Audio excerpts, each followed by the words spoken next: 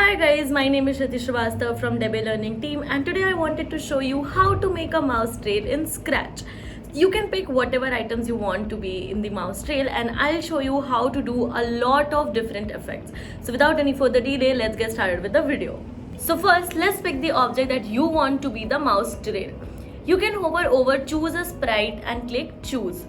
You could have a mouse trail of Scratch cats, or a mouse trail of hats, or stars, or balloons, or rainbows, or I don't know, the squirrel sprite, anything you want.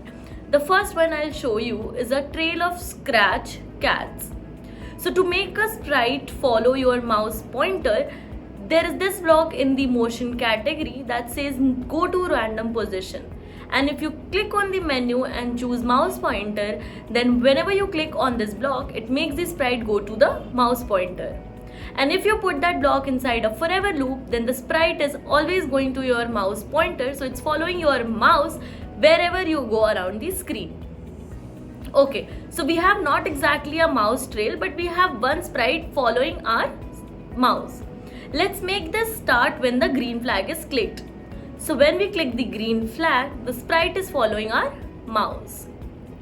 Now, how do we make a trail so there's a multiple Scratch of cats? In Scratch, you can create duplicate of sprite with this block in the control category, create clone of myself. So if I click on this, it creates a duplicate of the Scratch cat.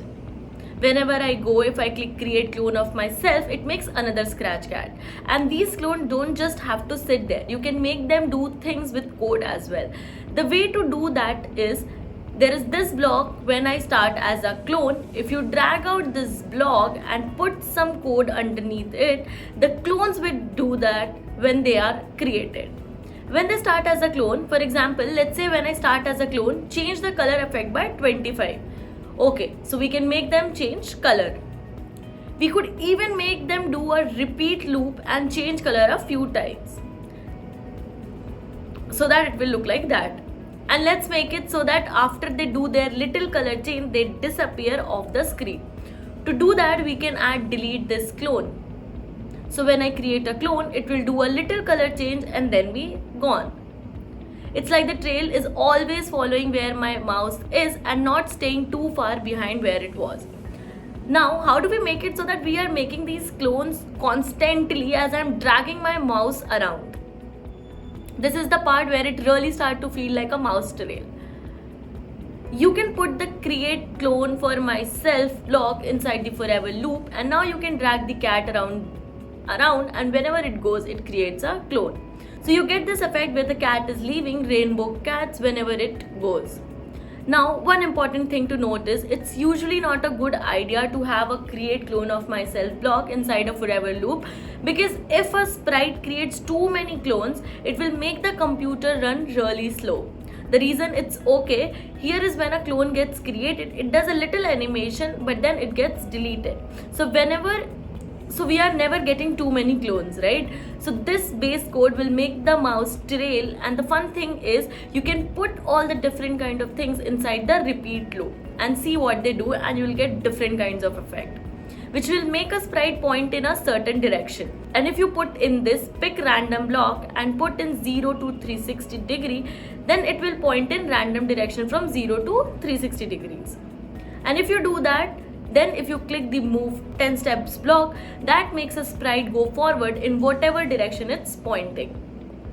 So if you make the clone point in a random direction, and then inside the repeat loop you put move 10 steps,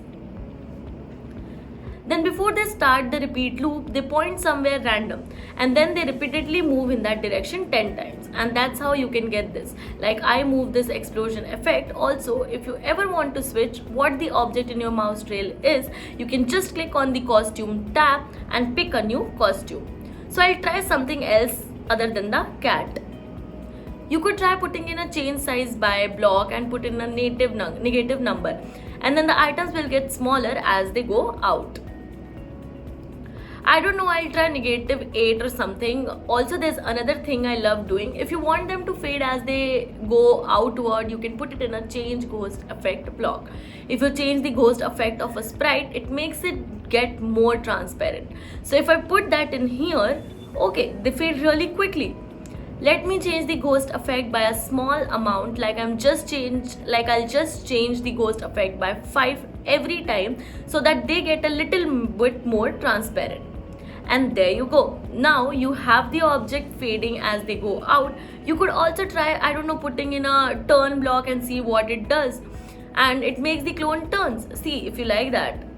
Basically, I just recommend trying any block and just put it in the repeat loop and see how will it react and what it does. Anyways, that's what I wanted to show you guys today, and I'm so excited to see all the mouse trail you guys are going to make on Scratch until we meet again. And do drop a comment if you have any question or any doubt related to this project, and I'll see you again.